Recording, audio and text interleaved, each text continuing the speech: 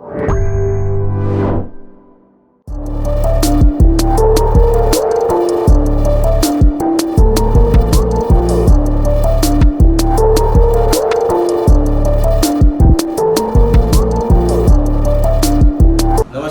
मैं गौरी शंकर दुबे यहाँ इंदौर के एरोड्रम थाना में बैठा हुआ हूँ और मेरे साथ आदरणीय एसएचओ साहब श्री संजय शुक्ला जी हैं। उन्होंने बहुत ही शॉर्ट नोटिस पर हमारे इस खास कार्यक्रम हेलो एसएचओ साहब में बात करने की आज्ञा दी है। मैं national Herald TV, global web TV और प्रभात किरण की ओर से उनका बहुत धन्यवाद प्रकट करता हूँ। जैसा कि आप जानते हैं, इंदौर में पुलिस कमिश्नर प्रणाली लागू होने के पहले एसएचओ साहब को टीआई यानी कि टाउन इंस्पेक्टर कहा जाता था। अब इस पद का नाम हो गया हाउस स्टेशन ऑफिसर। आदरणीय शुक्ला साहब, आपको बहुत स्वागत है। धन्यवाद। ये बहुत सॉफ्ट इंटरव्यू हो। मैं ये जानना चाहता हूँ कि आप स्कूल कॉलेज के दिनों में किस खेल से जुड़े हुए थे? क्या खेल था आपका, क्या खेला करते थे? स्कूल कॉलेज के टाइम में मेरा जो प्री खेल रहा है वो फुटबॉल रहा है जी। और उस पीरियड में फुटबॉल खेलने का शौक़ था। हम लोग अपने दोस्तों के साथ में, जो हमारा होम ग्राउंड है प्लस कॉलेज के ग्राउंड है, यहाँ पर फुटबॉल खेलते थे। कभी कभार क्रिकेट भी खेलते थे।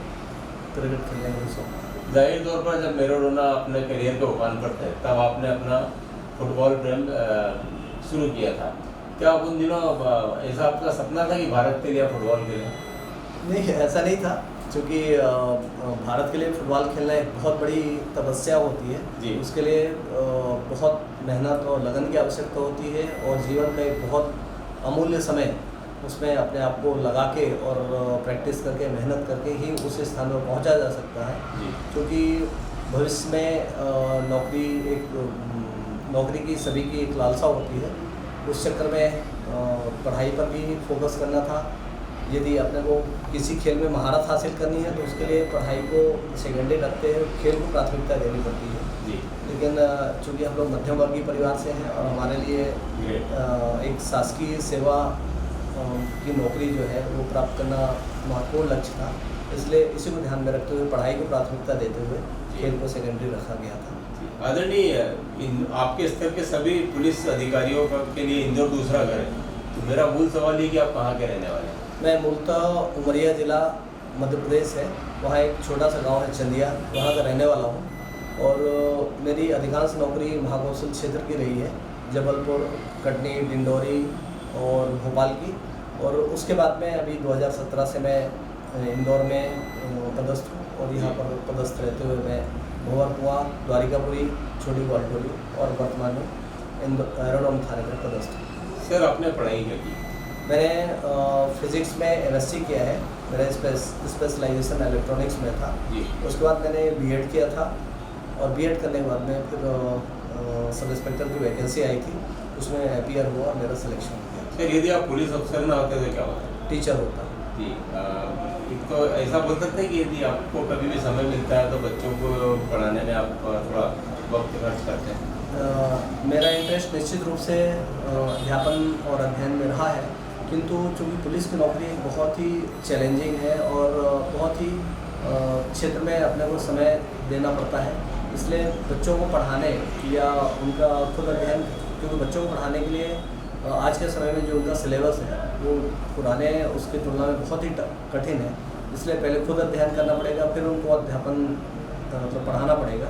इसलिए समय अभाव के कारण मैं नहीं कर पाता हूँ, फिर भी यदि कभी समय मिलेगा तो जरूर मैं उसका उपयोग करूँगा। आदरणीय, जब से इंदौर में पुलिस कमिश्नरी लागू हुई है तो पुलिस का जो मानवीय पहलू है, मानवीयता है, वो बहुत ऊंचे स्तर पर पहुंच गई। जैसे फरियादी के अलावा अपराधी को भी पानी के लिए तो पूछा ही जाता है, कुर्सी दी जाती है, लेकिन इस तस्वीर का दूसरा पहलू ये कि कुछ ऐसे बुरे दिमाग आते हैं जो आपकी मानवीयता, आपकी सहृदयता का दुरुपयोग कर लेते हैं, तो आप उनकी अक्ल कैसे ठिकाने लगा?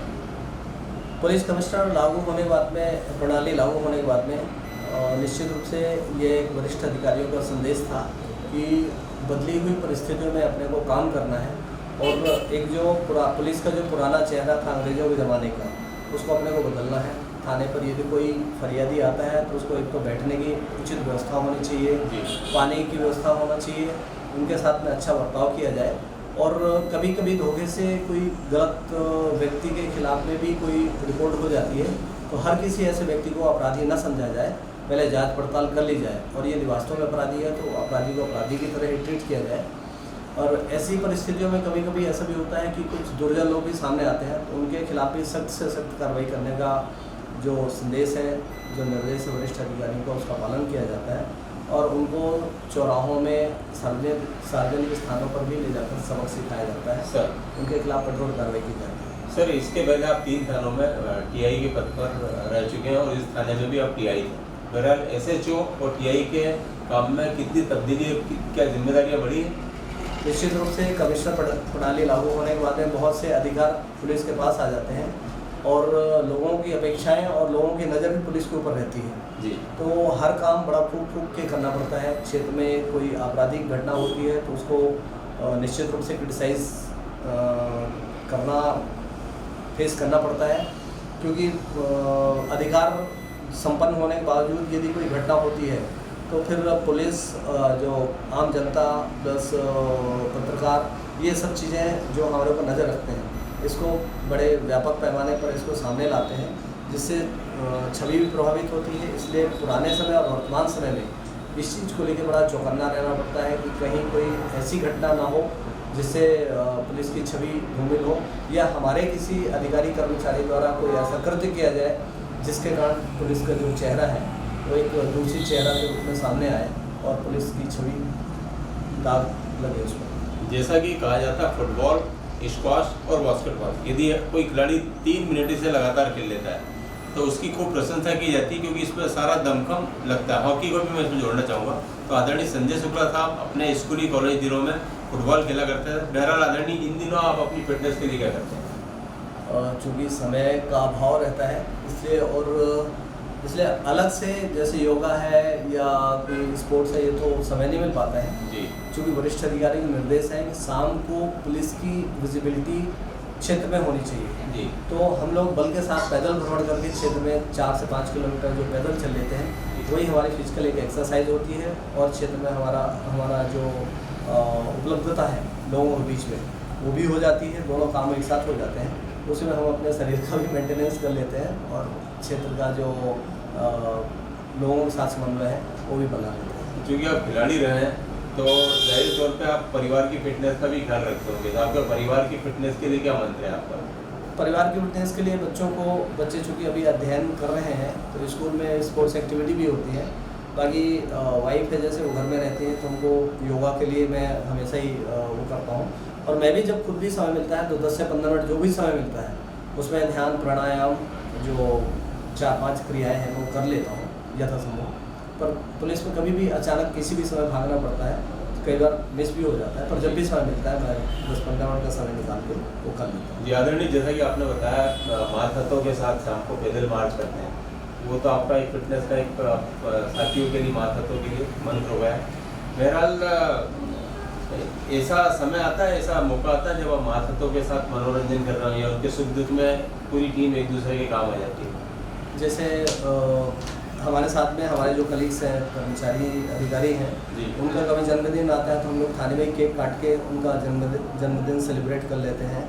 और कोई ऐसा ओकेज़न आया जैसे होली, दिवाली, त्यौहार संपन्न होने के बाद में 1-8 दिन बाद में हम लोग सब लोग के साथ मिलके, पूरे स्टाफ के साथ मिलके होली भी सेलिब्रेट कर लेते हैं। दीपावली में मिठाइयाँ बांट के कभी थाने में पटाखे फोड़ लेते हैं। इस तरह से उनके साथ में भी सेलिब्रेशन हो जाता है। आप ब्राह्मण हैं, आप ध्यान से ज़्यादा संबंध है आपका या पूजा पाठ से ज़्यादा संबंध? दोनों चीज़ें हैं, ध्यान, पूजा पाठ और कर्म, तीनों को मिला के ही हम लोग अपना जो व्यक्तित्व है उस पर फोकस करते हैं। सर, श्रीमद् भगवद गीता जाहिर तौर पर आपने पढ़ी होगी, तो आप उससे क्या सीख लेते हैं और रामायण से आप क्या सीख लेते हैं? चूँकि धार्मिक ग्रंथों का अध्ययन अभी करने का अवसर बहुत कम मिल पाया है। केवल कुछ बड़े जो प्रवचनकर्ता विद्वान लोग हैं उनके मुंह से जो कुछ धार्मिक ग्रंथों से जुड़ी हुई जो वाणियाँ हैं वो सुनने को मिलती हैं। उसके आधार पर ही एक तो कर्म प्रधान जो है उस पर हमारा अमल करना होता है। बाकी भगवान राम ने तो जो मर्यादा पुरुषोत्तम थे, उन्हें जितने भी आदर्श हैं उनका पालन करते हुए अपना पूरा जीवन यापन किया है।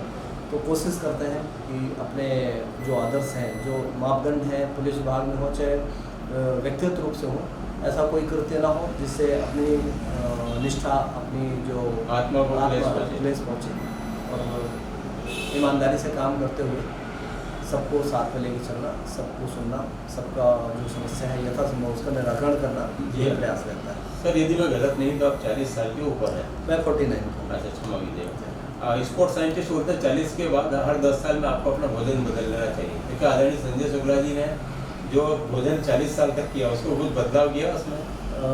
एक्चुअली मैं एक तो ब्राह्मण परिवार से हूँ जी, और विशुद्ध रूप से वेद पाठी ब्राह्मण परिवार से हूँ जी, इसलिए जो शुद्ध सादा भोजन होता है वही हम लोग जो करते हैं, दाल चावल रोटी सब्जी, इसके अलावा अन्य कोई भोजन उपयोग नहीं करते हैं।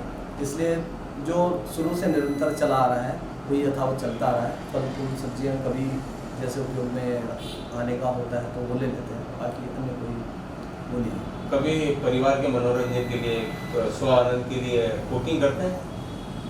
समय नहीं मिल पाता है जी, जब कभी समय मिलेगा जरूर करूँगा। जी। सर आपकी नौकरी ऐसी है कि कभी भी आपके थाना क्षेत्र में देर रात अप्रिय घटना घट सकती है। बहरहाल जब ऐसा नहीं होता तो आप शयन कक्ष में कितने बजे चले जाते हैं और आपका प्रातःकाल जागना कब होता है?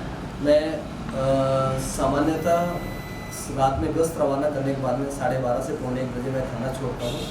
घर पहुँचकर फ्रेश से हाथ मुँह धोने के बाद में लगभग 1:30 से 2 बजे के बीच में मैं सोता हूँ और सुबह 7:45 बजे में बिस्तर छोड़ता हूँ। जी, टीवी चैनल पलटते होंगे आप जाहिर तौर पर। क्रिकेट, सिनेमा और जो न्यूज़ चैनल है जिसमें राजनीति की खबरें दिखाई जाती हैं, समसामयिक विषयों की खबरें दिखाई जाती है, तो आप इनको कितना समय देते हैं? मनोरंजन के लिए तो मैं मतलब बस यहाँ से जाने के बाद में जो 10-15 मिनट का समय मिलता है न्यूज़ चैनल पलट के वो जो महत्वपूर्ण खबरें हैं वो सुन लेता हूँ। और 2-5-10 मिनट जो धार्मिक चैनल होते हैं उसमें यदि कहीं कोई ऐसा प्रवचन आ रहा है वो देख लेता हूँ। बाकी और मनोरंजन के जो सीरियल है या फिल्म है, सिनेमा वगैरह है, ये देखने का समय तो नहीं मिलता है। पिछले 21 साल से मैंने कोई फिल्म नहीं देखी है। आदरणीय, आपके दौर के जब आप स्कूल कॉलेज में थे तब आपके पसंदीदा फुटबॉलर, और यदि इन दिनों आप कभी फुटबॉल देखते हो, लाइक यूरोपियन लीग देखते हो, आप इंग्लिश प्रीमियर लीग देखते हो, बुंदेसलीगा देखते हो, या किसी अंतर्राष्ट्रीय टीम को आप चाहते हो, उसके एक खिलाड़ी का नाम? सबसे पहले तो जो फुटबॉल हम लोग खेलते थे उस समय का तो माराडोना एक बहुत प्रसिद्ध नाम था। उसके बाद में 2-3 और नाम आए, आज मैं विस्मृत कर रहा हूँ क्योंकि बहुत समय से इन स्पोर्ट्स एक्टिविटी से भी दूर हूँ, इसलिए बीच में और भी अच्छे फुटबॉलर आए थे जिन लोगों ने माराडोना के बाद में उनका स्थान लेने की कोशिश की। ज़िनेदिन जिदान, क्रिस्टियानो रोनाल्डो, ये लोग बहुत अच्छे खिलाड़ी थे। ये लोग भी हालांकि माराडोना के उस पर तो नहीं आ पाए, समझ तो नहीं आ पाए, लेकिन लगभग वो लोग भी उसी टाइप का खेलते थे। सर आपकी ऑल टाइम फेवरेट मूवी और आखिरी फिल्म जो आप देख पाए? मैंने एक फिल्म उड़ी जो है वो देखी थी, और फेवरेट हीरो में तो पुराने में तो अपने राज कपूर जी, दिलीप कुमार जी, और वर्तमान अमिताभ बच्चन, उसके बाद में सनी देओल। यदि आप जाहिर तौर पर संगीत सुनते होंगे तो आपके पसंदीदा गायक और गायिका? मुझे बहुत पुराने जो लीजेंड संगीत है, गाने हैं, वो सुनने में इंटरेस्ट है, जैसे तलत महमूद, मन्ना डे और मुकेश और लता मंगेशकर हैं, और इस टाइप के बहुत पुराने जो आज विलुप्त होते जा रहे हैं, ऐसे गीत जब कभी सुनने का अवसर मिलता है तो इंटरेस्ट आता है। आदरणीय टीआई बनने के बाद, और अब चूँकि आप SHO उसी पद पर हैं, पद नाम बदल गया है, यदि आपने आदरणीय भावी स्त्रियों, बालक बालिका, माता पिता के साथ कोई पर्यटन किया जो आपका पसंदीदा स्थान रहा, वो कहाँ गए थे आप और कहाँ जाना चाहेंगे भविष्य में? पिताजी के साथ में तो जाने का अवसर नहीं मिला। 2013 में पिताजी स्वर्गवासी हो गए। जी, बाकी परिजनों के साथ में 4 धाम यात्रा, बद्रीनाथ, केदारनाथ, यमुनोत्री, गंगोत्री, यहाँ जाने का अवसर मिला था। तो मुझे आज भी जो केदारनाथ है वो सबसे पसंदीदा जगह है। मतलब डबल तो वहाँ जाना चाहिए? मैं 3 बार जा चुका हूँ। जी जी, आपको जो भी आपने जितने भी पदक जीते उसमें आपको सबसे ज़्यादा आत्मसुख कौन सा देता है? पदक या राष्ट्रपति पदक मिले, फिर भी अभी चूँकि 12-13 साल की नौकरी है तो मैं प्रयास करूँगा कि मुझे कोई ऐसा पदक मिले जिसमें पुलिस पदक हो या राष्ट्रपति पदक हो, जीवन रक्षा पदक हो, कोई ऐसा पदक मेरे निश्चय में है। आदरणीय, आपकी सेवाओं को लंबा समय हो गया, मेरे अनुमान, मेरे आंकलन अनुसार आपने लाखों केसों का निराकरण किया होगा, लेकिन एक ऐसा केस कि आपकी आत्मा को बहुत सुख देता है, वो कौन सा, उसको प्लीज मैं बताया। सबसे बड़ा चैलेंजिंग होता है हमारे लिए ब्लाइंड मर्डर। यदि कोई अज्ञात व्यक्ति किसी व्यक्ति की हत्या कर देता है तो उसको ट्रेस करना बहुत कठिन काम होता है। मैं सन 2006 में जबलपुर ज़िले में गोसलपुर करके जगह है, वहाँ उज्जैन की एक लड़की थी जो बीएससी नर्सिंग का कोर्स करने जबलपुर गई थी। वो अपने कुछ दोस्तों के साथ में उज्जैन आने का प्लान कर रही थी, तो रास्ते में उसके साथ गलत नीयत से लड़कों ने उसके साथ छेड़छाड़ करी और गला दबाकर हत्या कर दी और उसको 200 किलोमीटर पीछे ले जाके एक रेलवे ट्रैक के नीचे, ब्रिज के नीचे उसकी लाश फेंक दी थी। उसको ट्रेस करना, उसके बाद आरोपियों को गिरफ्तार करना, ये बहुत बड़ा चैलेंज था। सिर्फ उसके पास में एक टिकट मिली थी, कई टुकड़ों में जो थी उनको जोड़कर जब उसको उसमें किस जगह उसको जाना था, टिकट जबलपुर से बनी थी लेकिन जाना कहाँ था ये उसमें स्पष्ट नहीं था। उसमें किलोमीटर केवल दिख रहा था 482। तो जबलपुर से सारे स्टेशन जो 482 किलोमीटर की दूरी पर थे उनको चेक किया गया, तो जो नज़दीकी स्टेशन था उज्जैन था। उज्जैन के आसपास पता करने पर पता चला कि वहाँ से एक लड़की जबलपुर में पड़ रही थी और ट्रेन में दिनांक इतना वो बैठी थी, उसका रिजर्वेशन था, लेकिन रिजर्वेशन में उसको ट्रेन से जाने की बजाय लड़कों ने उसको कार में बैठा के कि अपन कार से उज्जैन चलेंगे बढ़िया एंजॉय करते हुए, और लेके गया। रास्ते में उसके साथ रेप कर उसकी हत्या कर दी और उसको आके वहाँ पर पीट किया। वो प्रकरण ट्रेस करने के बाद में 4 आरोपी थे, चारों को सुप्रीम कोर्ट तक से आजीवन कारावास की सजा कन्फर्म। वो मेरे सबसे बड़ा चैलेंजिंग थी। जाहिर तौर पर आदरणीय, एक आखिरी सवाल ये है कि लोग संजय शुक्ला जी को किस रूप में जाने? मैं चाहता हूँ कि क्षेत्र में जहाँ भी मैं कार्यरत हूँ, जहाँ भी मैं कार्य कर रहा हूँ, लोग एक ईमानदार और कर्मठ पुलिस अधिकारी के रूप में मुझे जाने, यही मेरी इच्छा है। तो ये है आदरणीय संजय शुक्ला साहब, SHO एरोड्रम थाना। मैं इनकी शान में एक बात कहूँगा कि बहुत सारे नौजवानों को जब खाकी वर्दी मिलती है तो अति उत्साह में उनका सीना अतिरिक्त ऊंचा हो जाता है, लेकिन जब मैंने आदरणीय को कहीं पर भी देखा है, खासकर छोटी ग्वालटोली थाना क्षेत्र में भी, ये अपनी टीम को लेकर परेड निकालते थे शाम को, ताकि भय बना रहे आरोपियों में, अपराधियों में, और एक अनुशासन वहाँ की जनता को देखने को मिले कि पुलिस आपके साथ है। बहरहाल आदरणीय संजय शुक्ला जी बहुत अनुशासन प्रिय हैं, ईमानदार हैं और इस वर्दी की शान बढ़ाने वाले हैं। मैं आदरणीय संजय शुक्ला जी की आत्मा में बैठे ईश्वर को प्रणाम करता हूँ और उनका पुनः धन्यवाद प्रकट करता हूँ। धन्यवाद।